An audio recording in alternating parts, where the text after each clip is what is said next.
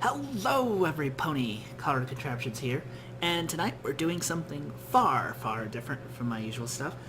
I mentioned in a previous reaction video, if you guys have been keeping up with those, that I really love the My Little Pony collectible card game, aka the MLP CCG. Easier to say that way, it's a little shorter. I'm nowhere near considered an expert at it, but I've been learning a lot from many other people who are very competitive with the game, and it's really fun. So if you haven't ever tried it, I highly recommend you give it a chance. Or if you are involved in it, then I highly recommend you check out Commentary is Magic. Their YouTube channel is phenomenal. They live stream all sorts of great tournaments via Twitch and then upload those live streams to YouTube. They've also got other discussions about decks and what cards are really great and the new sets and the new cards and all that cool stuff. But anyway, they also need more subscribers so that their channel username isn't gibberish. It's really hard to search up random letters and numbers. It's a lot easier to just search Commentaries Magic. On top of that, they also have a Reddit profile. So follow them on Reddit. I'm also on Reddit. You might see me there with some of their online tournaments. But yeah. So, I'm starting a new series for the MLP CCG that I'm calling Deck Check. And basically what we're going to do is build random little deck concoctions and discuss previously built deck concoctions and some things that I've cooked up. So what I've got here is a special little deck that I like to call the Twilight Zone. Dun, dun, dun, dun, dun, dun, no. I don't actually remember how that music goes, but yeah. And the reason I call it that is because there's a lot of Twilight in it. We've got Twilight Sparkle as our main, Princess Twilight Sparkle, Professor Sparkle, really good card. And then there's Twilight in a whole bunch of the cards. Twilight's here, and here, and here, and oops, excuse me, here, and Twilight's here, and here, and here. She's just everywhere in this deck. So basically what she's doing is she's trying to beat up all these troublemakers to score points.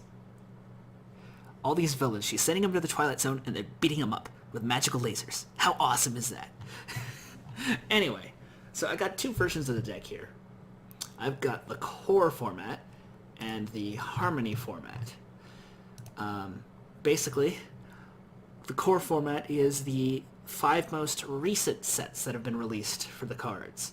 So that's everywhere, all the sets up from Equestrian Odysseys through Sequestrian Beyond, which is the latest set. So that's Equestrian Odysseys, High Magic, Marks in Time, Defenders of Equestria, and Sequestria Beyond.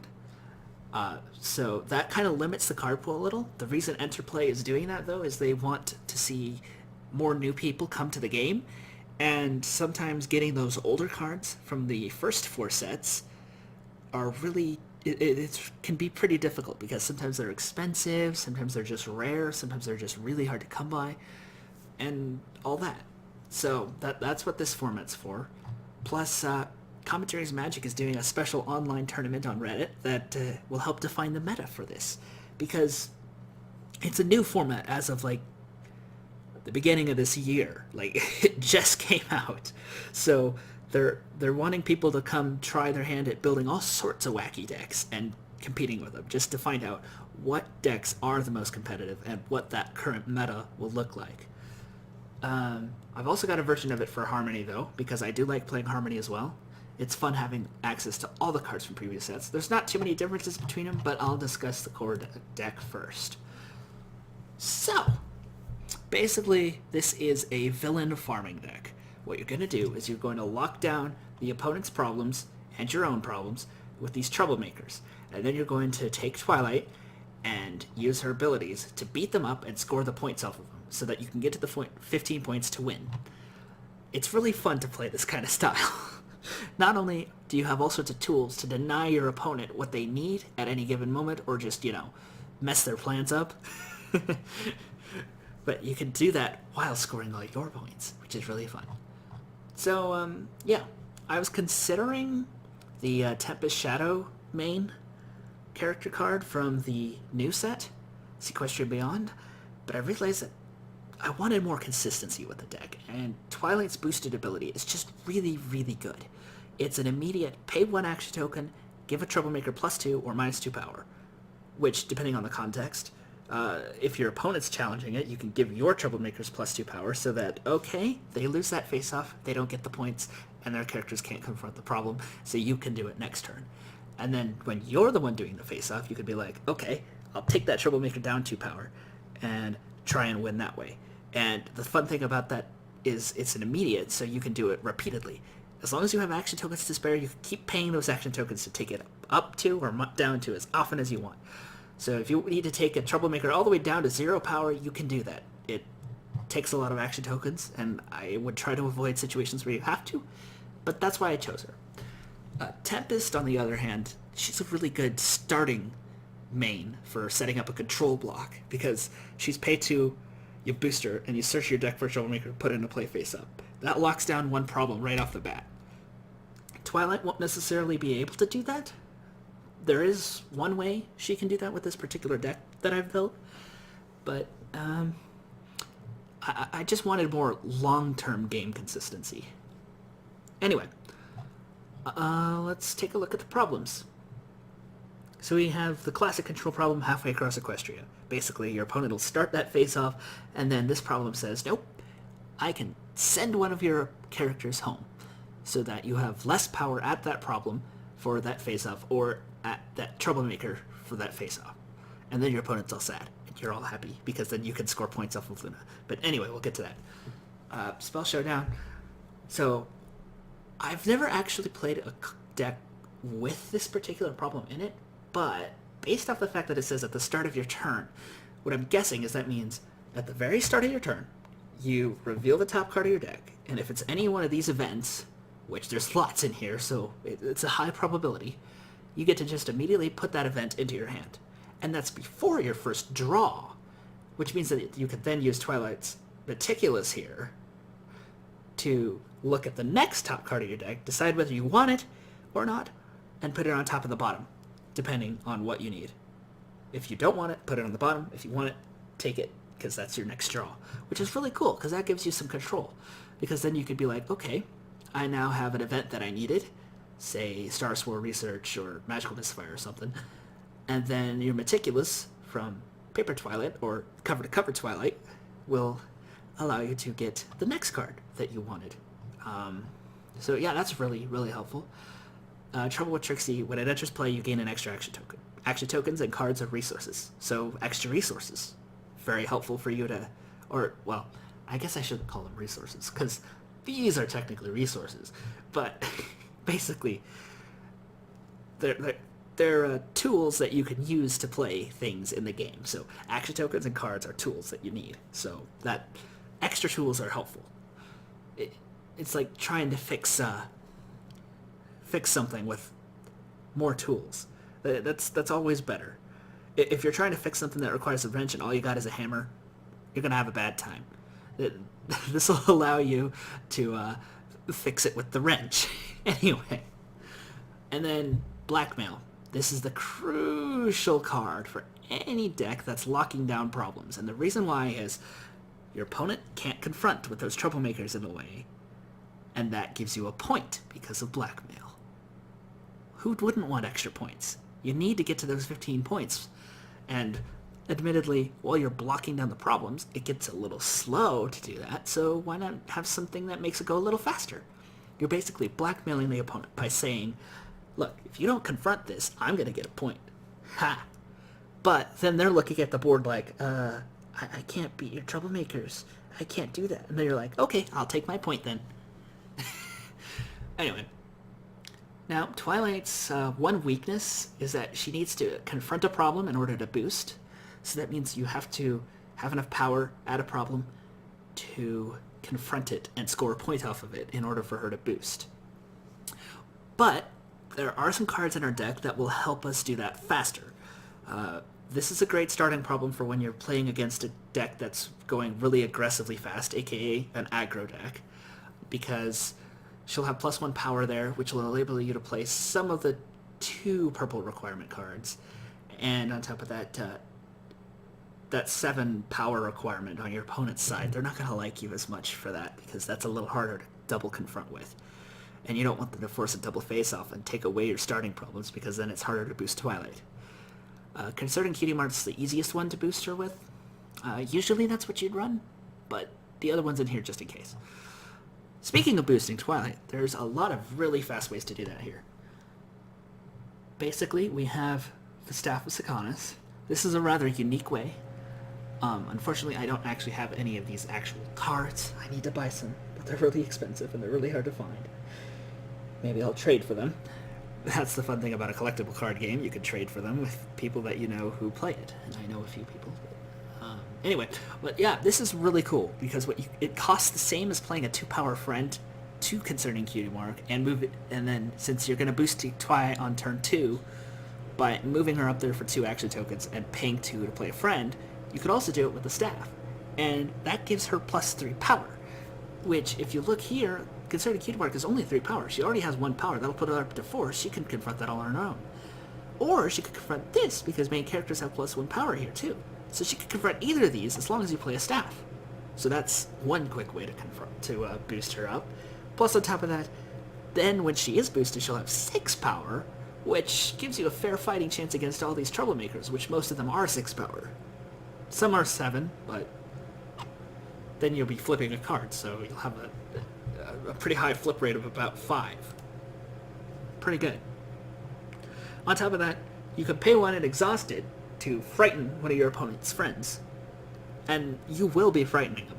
Sure, technically you're supposed to start a face-off involving your main character and that friend, but with the staff out, she'll have 6 power. Unless that friend has 6 power, they're going to be frightened because you're flipping 5 power. So, 5 plus 6 is 11. That's a lot of power to make up. Their deck would have to have a high flip rate to beat that. And yeah, you can use that to turn off really annoying opposing friends that are like maybe disabling Twilight's ability, because you need that. Another way to boost Twilight is to play Captain Solano to the problem, and this is really good because, again, she's got the 1 Rex, so you can play her when Twilight is not boosted. And Troublemakers played here enter play face up. That's awesome! That means, instead of waiting 1 turn after you play them face down for those Troublemakers to uncover, it can just be like, boom! It's right there, blocking the problem. The opponent can't do anything about it except challenge it, and then you're ready with the action tokens to beat it up yourself and prevent them from winning it. Another way is to play Bookish Backup, which puts a 2-power purple Figment token friend into play. It's at immediate speed, so you could do it at any time you need a little extra power, but most of the time you're probably going to be using it to boost Twilight, which is why there's 3 in here. Pretty cool, right? Okay, so once you've got Twilight boosted, then you could set up your state with the Troublemakers blocking off all the problems. And let's take a look at why those Troublemakers are really good to block your problems with. So you got Starlight. Characters here have 2 power and can't lose or gain power. Now, at first, this might seem counterproductive, because if you have a 6-power Twilight thanks to Staff, and you suddenly move her up to Starlight and she's only 2 power, you're like, wait, now I have less power for that face-off. But remember, if she's boosted, you've got that immediate ability, so you could just knock Starlight 2 power for each action token you pay, and it's just like, oh, okay, now I can win, right? So it's actually pretty helpful for us. It's annoying for opposing friends who like a lot of power, though. Again, something to slow them down. Trixie's amazing because she's got Villain, so she'll frighten all the friends when she uncovers, or if you put her into play face up, she's still great because friends here lose and can't have abilities. Wow. All those opposing friends that your opponent has that are like, oh, I won't let your Twilight have an ability. Well, Trixie says, nope. I'm going to prevent you from having an ability. That reminds me of the ASDF. You're getting mugged, kid. No, you're not getting mugged. What? Whoa, how does that work? Anyway. Oh, sorry if there's any background noises, too. I'm in my apartment and it's really cold outside. And, I need the heater on, or I won't be able to survive in here without shivering. Starlight's kind of a board reset. Not only is she a villain and frighten everything, but she forces you and your opponent to banish the top 2 cards of your deck every turn until there's 20 cards banished that way. Then you clear the board of any Troublemaker's friends and resources by putting those in the discard pile, and then all those cards, friends and troublemakers that were banished get put into play instead. Kind of complicated, kind of wacky, but pretty effective if your opponent is somehow gaining the upper hand on you. You can just be like, nope, I'm not going to let you have that. Let's reset everything. And usually that'll allow you to get a better position. And then Mimics. Best non-epic troublemaker there is. By the way, villain means that when they uncover, they frighten all the friends at the problem. Epic means you can challenge them yourself. If they don't have epic, that means only your opponent can challenge them. But Mimics is really, really strong. This, basically, at the start of your opponent's turn, you get to choose, okay, I'm going to force you to pay +3 action tokens for events, resources, or troublemakers.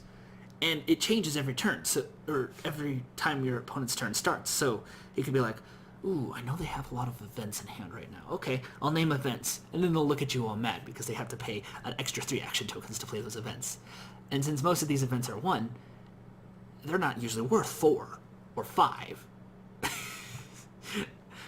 or for resources. Like if your opponent suddenly has a dilemma in their hand and they're like, ooh, I can finally work around his troublemakers. You could just name resources and then they'll be like, oh, now I have to pay 5 for that dilemma. That's not worth it anymore, because then he'll have a problem to confront, and I don't have enough action tokens to move my characters there or play friends. Sad day. Or if you're against another farm deck or another control deck that uses troublemakers, then you could say +3 for troublemakers, and then their strategy's out the window. And then Chrysalis here.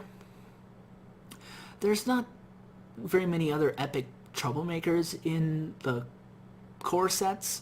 So she's there mostly for that. Her ability's okay. When it's uncovered, move all the characters home. That could be great if your opponent's like, okay, you know what, I'm just going to move all my characters up there, anticipating that troublemaker coming, and be ready to challenge him. And then she uncovers and they all have to move home, and that's a bunch of wasted action tokens having to move them back. But her 7 is a little tough to beat. That's good. Tempest is in here for a unique... specific circumstance. You won't normally play her unless you know that your opponent's running a main that requires a confront to flip. Because that could really slow them down, because when it's uncovered, you turn their main back over to their start side.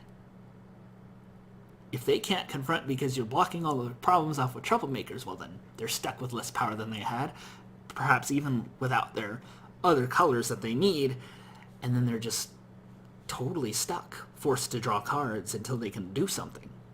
Really, really good. But the main reason I included her in here, main reason, is for a card called Queen Chrysalis Changeling Pretender. I played against a deck recently with a similar Twilight farming deck, and this card shut it down pretty badly. And the reason is, when Twilight boosts, she boosts. And then she steals Twilight's abilities, meaning that, okay, all of a sudden she can beat up my troublemakers by paying 1 to take them down 2 power, or paying 1 to put them up 2 power, and prevent me from beating them up. Which means I need to have more action tokens than she does. But since she's also got 3 colors, she could have a whole lot more action token generator cards and have more action tokens than me. So I included the Tempest Shadow so that you can play her and it'll uncover and she'll be stuck back at her start side. And because your main character is already boosted, she can't boost again because she only boosts when your main character boosts. But since she's already boosted, you can't do that. That's the main reason I included her in here. Storm King's great because, well, it requires 4 action tokens to move any characters to his problem. That's a lot. That's expensive. But since we're mostly going to be beating up our troublemakers with only Twilight, we don't really care about that. And since we've got Paper Twilight giving us action tokens by exhausting her every turn to gain an extra one, that'll help. Plus her Prepared gives us one when an opponent starts challenging those troublemakers. And so does Luna's Prepared. So we're going to have action tokens to spend for that. Your opponent might not So, you know, more power to you. And not your opponent. Zakura's in here to reduce the cost by 2 purple requirement. You can just banish that card from your hand to do that, which is good because then it could enable you to play Portal or Napcakes or something else that you normally wouldn't be able to if Twilight wasn't boosted. So that's just in case, again, for more consistency throughout the deck. I already explained why cover-to-cover Twilight is best Twilight Friend for any purple deck. The only time you wouldn't really want her there is when you don't want a 0 flip, and technically we don't want a 0 flip here, but since there's only 3 and all the rest of these are generally really high flips, that won't really matter. Luna's amazing because prepared and extra points for winning those troublemakers. So I could get 3. Ooh. Potentially 4 if I confront the problem after that. Portal's good for temporarily moving opposing friends out of the way, but you do gotta be careful. Don't use it on opposing friends that have interplay abilities, because then those abilities will trigger and you'll be sad. Because then it gives your opponent the upper hand. You don't need to really use it on any of your own friends here because their abilities don't rely on entering play. So it's mostly in there for that specific situation. Napcakes is good for in the middle of a face-off, just taking one of their friends that is contributing power or being annoying and taking your power away and just being like, nope, I'm going to put it on the top of the deck, and then you're going to flip it over, and you'll never see it again because it goes to the bottom of your deck. And unless they have some way of shuffling the deck to get it back, not likely, then they won't see it again. Plus, Twilight on Pancakes is adorable. Just make sure that it's a friend with 2 or less power, and that it's not a friend with interplay abilities when you know you're not going to start a face-off. Make sure that if it's an interplay ability friend, make sure that you're starting a face-off so that that opponent doesn't see that card again. Otherwise, they will just use it on you next turn, and then you'll be sad. Beam Cannon for getting rid of opposing staffs. We don't want any opponents using staff against us. We want our staff, not theirs. And so that banishes that. Star Spore Research, just in case you're afraid you won't have enough power to beat a troublemaker, here, put 7 power on top of your deck and flip 7. Seems like a good strategy. Twilight would then have a total of 10, generally beating these troublemakers, or with staff, a total power of 13, which would totally beat them. Magical Misfire is for mostly against combo decks. It's mostly to get rid of cards that your opponent seems to be grabbing out of the discard pile a lot. Some decks are very good at that, and you don't want them to reuse cards on you. That's mean. So just Magical Misfire it. Just be like, nope, I'm going to banish all those cards in your discard pile and you'll never see them again. Ha. And it's immediate. So if you do it at the right time, you could just totally destroy their strategy. Sneak Attack is for finding Tempest if you need her, and any of these others if you need it. But since there's 18 troublemakers here, you're probably going to draw them anyway. Luna's Future, again, banishing resources. Also putting +3 power counters on the troublemaker, that's good. Defend your troublemaker, put it from 6 up to 9 or 7 up to 10. That's a lot of power. It'll be difficult for your opponent to win that. It's also kind of a portal, but you won't really need to use that part of this card that much.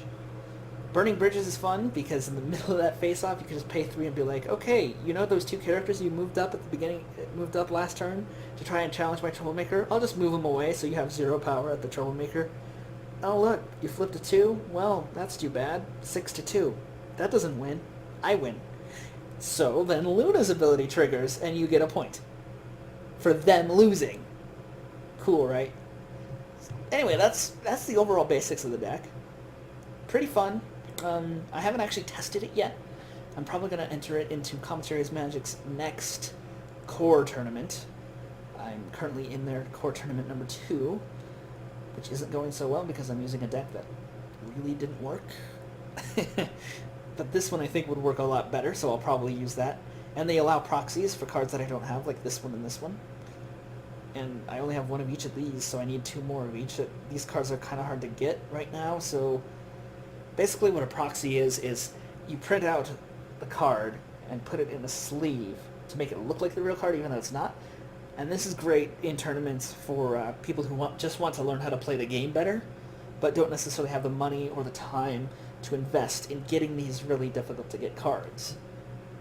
Gee, I'm making it sound like they're impossible to get. Technically, at the moment, I have been unable to get a staff, simply because they're all sold out on one of the sites I check, and on eBay, they sell out immediately as soon as they're listed, so... sad day. The Harmony version of the deck isn't too much different. That's all the card sets. So all the cards that have ever been printed you could use in Harmony. The only main differences is there's one more card, see here, 48 cards versus the 47. Normally your deck is only supposed to have 45, but, you know, 2 more extra cards and 3 more extra cards can really make a difference sometimes. In this case, we added a good old Premier card, way back from the first set. After you win a Troublemaker face-off, not only could you score a point off of Luna, you can gain 2 action tokens for free. Seems legit. And then Destiny Drain. It's either this card or Magical Misfire. They both kind of perform a similar thing. Magical Misfire is better because it's at immediate, but if you know what the opponent's strategy is and you know how they're scoring points from their discard pile, you can play that and then banish all copies of that particular card from their deck and their hand and their discard pile. And then they'll just look at you like, oh, you win. Good game. And then, of course, we have a few different Troublemakers here. We don't have a full set of 18, but that's mostly because I didn't want to make the deck go over 48 cards. Once you start getting into 50 cards or more, it gets a little bit risky because then you might not be able to draw what you need to boost Twilight. Nightmare Moon is great. Villain uncovers, and you guys just throw away your hands and draw 3 new cards, and then she whittles away at her hands like, ooh, you just drew that very important card you love. I'll just randomly discard it for you. And then your opponent's like, oh. But it also hurts you, so you gotta be careful. Nightmare Star is great because there's a lot of friends that exhaust to give your opponent action tokens. You don't want them to have action tokens like more action tokens than you. So this will prevent them from doing that. On top of that, it will disable your Twilights, but since there's only 3 of them in the deck, and she's the only card you'll exhaust in the deck, as long as you play her at the right time, you won't really have to worry about that. Tyrek is great in the sense that, also villain, but when your opponent starts a face-off with it, he forces them to discard, or dismiss, one of their friends with the least power involved in that face-off. So, oh look, I'm at 7 power. Nope, that 2 power friend you had is gone, and now Tyrek's up plus 1 more power. Oh. So, yeah. That might seem like a risk on our part because it could also dismiss our friends, but considering we've only got 11 friends out of the entire 48 card deck, we might not necessarily have very many friends, so it wouldn't really matter. We'll just use Twilight to beat him up anyway. Send him back to Tartarus where he belongs. That's pretty much the only difference. The flip average is a little lower, but not too bad. If you round both numbers up, it's 5 anyway. But yeah, that's basically how the decks work. Let me know what you think in the comments. Please rate, subscribe, and if you can think of improvements to the decks, I would love to hear them. Especially if you're a much more competitive player. Like, I'm still working on actually winning a tournament, okay? Haven't won one yet. I've placed 13th in one before. It's not bad. I'm working on it. It takes practice, like any good thing. But, yeah. Please feel free to suggest stuff in the comments. If you want help with your decks, I'll gladly take a look at them. Just post the Ponyhead link. Oh, speaking of that, use Ponyhead for building your decks. It's great. It helps you keep it all organized, helps you see what cards you've got and what you can use, and put them all together and make sure that they combo well with each other, and make sure that they synchronize and all work towards your overall strategy. And on top of that, it also creates this coded link up in the top that you can then copy and send to anybody you need to have a look, and then they can look at the deck and give you suggestions and stuff. Also, the Royal Archive is a great site. Not only does it have an advanced card library where you can search for any card based off any requirements that you need, like, oh, I need a problem and I need it to be purple. You just add those, advanced search, oh look, all the problems that have purple confront requirements at your disposal. Instantly. Easy. Makes deck building so much more simple. There's also a hand simulator, so you can paste your pony head code link in there, and it'll generate a random opening hand. Like this would be a great hand for our deck right here, because we've got our entry, so to speak, to boost our Twilight, and then we've got our troublemakers to lock down the problems, and we've got our action token generator. Great hand. So that'll enable you to test various random configurations of cards to see what you would draw on your first turn. And yeah, that's pretty much it. Again, please go subscribe to Commentaries Magic. They need a YouTube URL that actually makes sense. It would really help. And we need to keep this game alive and strong, because it's really fun, and it takes a lot of brain power and a lot of thinking and a lot of puzzle problem solving, so to speak. Get it? Problem solving, because you're confronting problems and solving them. Ha ha ha. Okay. Enough puns. I'm really thirsty. I've been talking for a long time. This is the second time I've recorded through this. The first time I had a few technical difficulties. Technical difficulties. Alright. So, thanks for watching.